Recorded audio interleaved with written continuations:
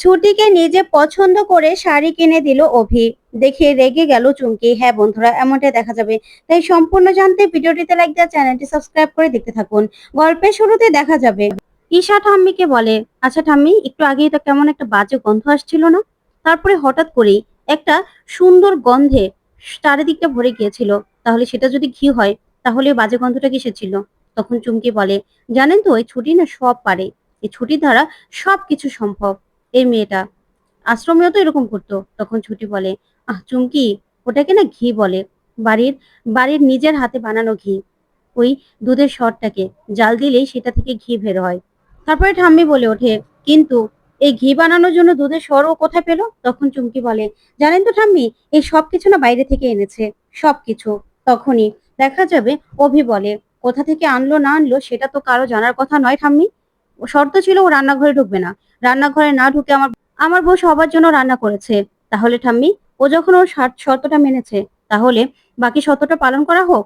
তখনই অভির মা বলে, হ্যাঁ মা, বেলা গড়িয়ে যাচ্ছে। এবার বৌভাতের নিয়মটা তো পালন করতে হবে, তাই না? এবার অন্তত চলুন সবাইকে ছুটি খাবারটা দিয়ে দিক। তখন রিহান বলে, হ্যাঁ তাই তো, আমাদের বৌদি সব পারে। আমার বৌদি তো খুব সুন্দর করে রান্নাও করেছে। তারপরে অভির মা বলে, চলুন মা, এবার আপনি আপনার কথা রাখবেন। তখনই ঠাম্মি আর কোনো কথাই বলতে পারে না। তারপরে সবাই গিয়ে টেবিলে বসে পড়ে। আর এদিকে ছুটি সবাইকে খাবার দিতে থাকে। ওইদিকে অভি তো ভীষণ খুশি ছুটির উপর। তখন অভি বলে, ধন্যবাদ।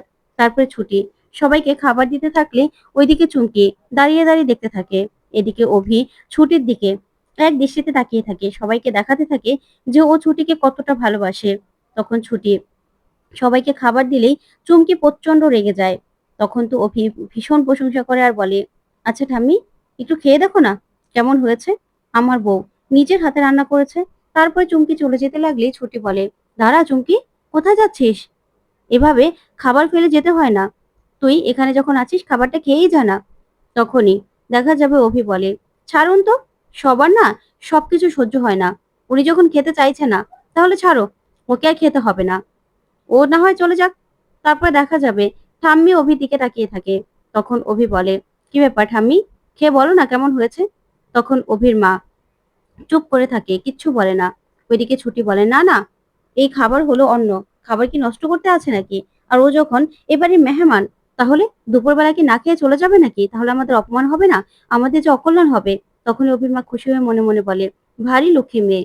তখন ছুটি বলে, চল খেয়ে নে। তখন ঠাম্মি বলে, পরিমা, তুমি তো ওর অনেক আগে থেকেই বাড়িতে আসো, তাহলে তুমি কেন না খেয়ে যাবে? খেতে বসো। তখন চুমকি মনে মনে ভাবে, না না, ঠাম্মির কথা আমাকে রাখতে হবে, ঠাম্মিকে হাতে রাখতে হবে। তারপরেই চুমকি খেতে বসে পড়ে। ওইদিকে ছুটি চুমকিকে ভাত দিয়ে চুমকির জন্য আলাদা করে পোড়া ঘি রেখে দেয়।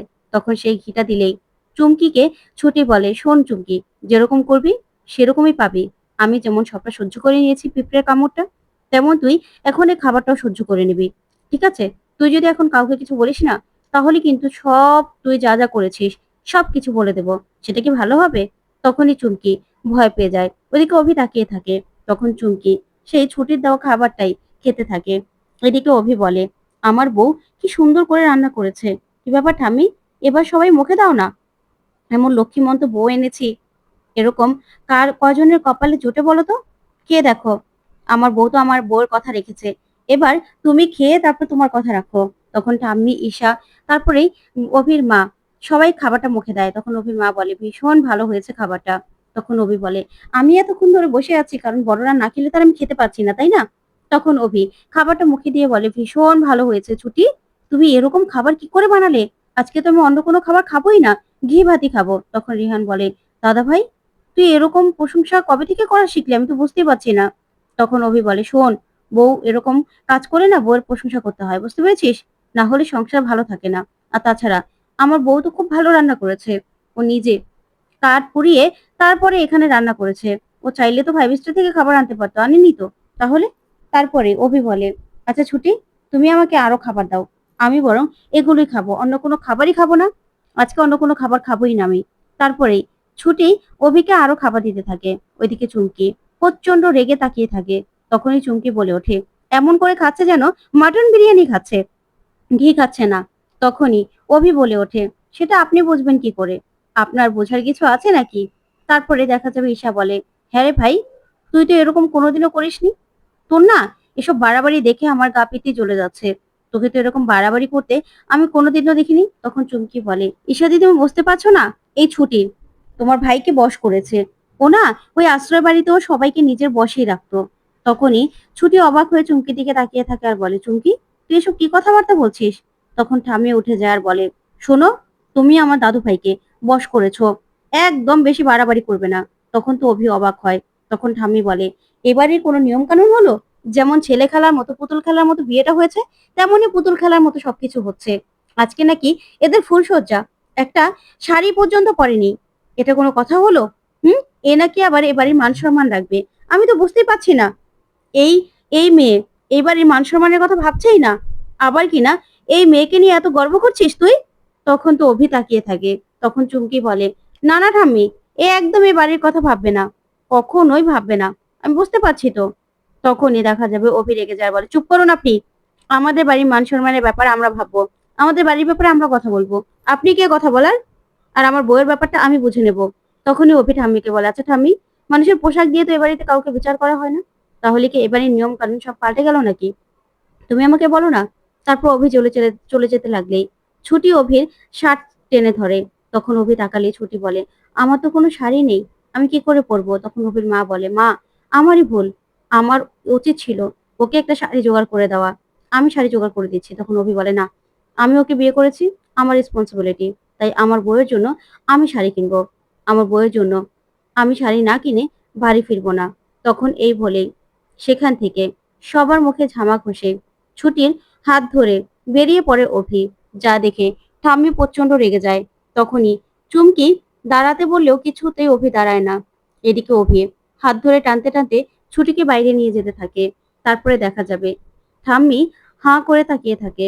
তারপর অভি আর ছুটি বাইরে গেলেই ছুটি বলে, আপনি কি করছেন বলুন তো? সবার সামনে আপনি এরকম ব্যবহার করলে কি করে হবে? আর আমি আপনার সঙ্গে যাব না। আপনি আমাকে শাড়ি কিনে দেবেনই বা কেন? এত ঋণ আমি শোধ করতে পারবো না।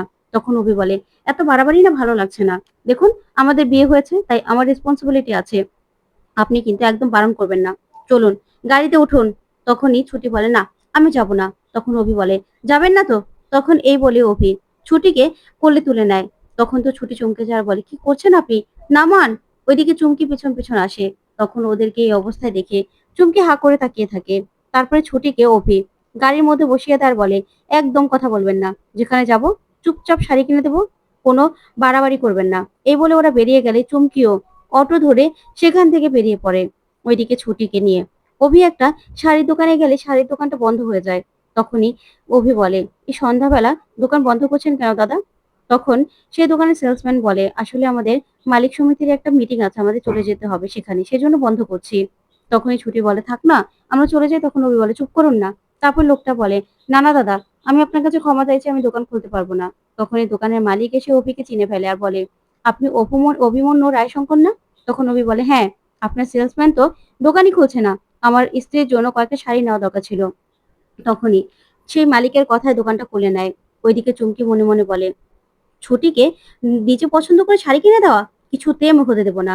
ওইদিকে অনেক শাড়ি দেখালেও ছুটি বলে, দাদা, শাড়ি তো পছন্দ হয়, কিন্তু অনেক দাম, আমাকে 500-600 টাকার মধ্যে শাড়ি দিলে হয় না? তখন লোকটা বলে, না না ম্যাডাম, আমাদের এখানে তো এত কম দামি শাড়ি নেই। তখনই অভি ছুটিকে সাইডে নিয়ে বলে, কি শুরু করেছেন বলুন তো? কেন এরকম করছেন? আপনাকে দাম নিয়ে কেউ কথা বলতে বলেছে বলুন তো? আপনাকে আমি বলেছি শাড়ি নিতে। তখন ছুটি বলে, না না, এত দামি শাড়ি আমি নিতে পারবো না। তখন অভি বলে, যদি একটা কম দামি শাড়ি নিয়ে যাই, ঠাম্মি কি বলবে বুঝতে পারছেন? তখনই ছুটি বলে, মানুষকে কি পোশাক দিয়ে বিচার করতে হয়? তখন অভি বলে, আমার ঠাম্মি কেমন আপনাকে আর বোঝাতে হবে না। আপনি চুপ করে বসুন, আমার এটা রেসপন্সিবিলিটি, আমি কোনো স্বামীর অধিকার ফলাবো না। আপনি বসুন।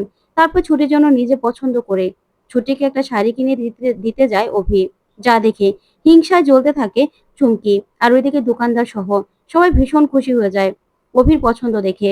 তো বন্ধুরা, কেমন লাগলো আজকের আপডেট? কমেন্ট করে জানাতে ভুলবে না। পরবর্তী আপডেট পেতে চ্যানেলটি সাবস্ক্রাইব করবে। ধন্যবাদ।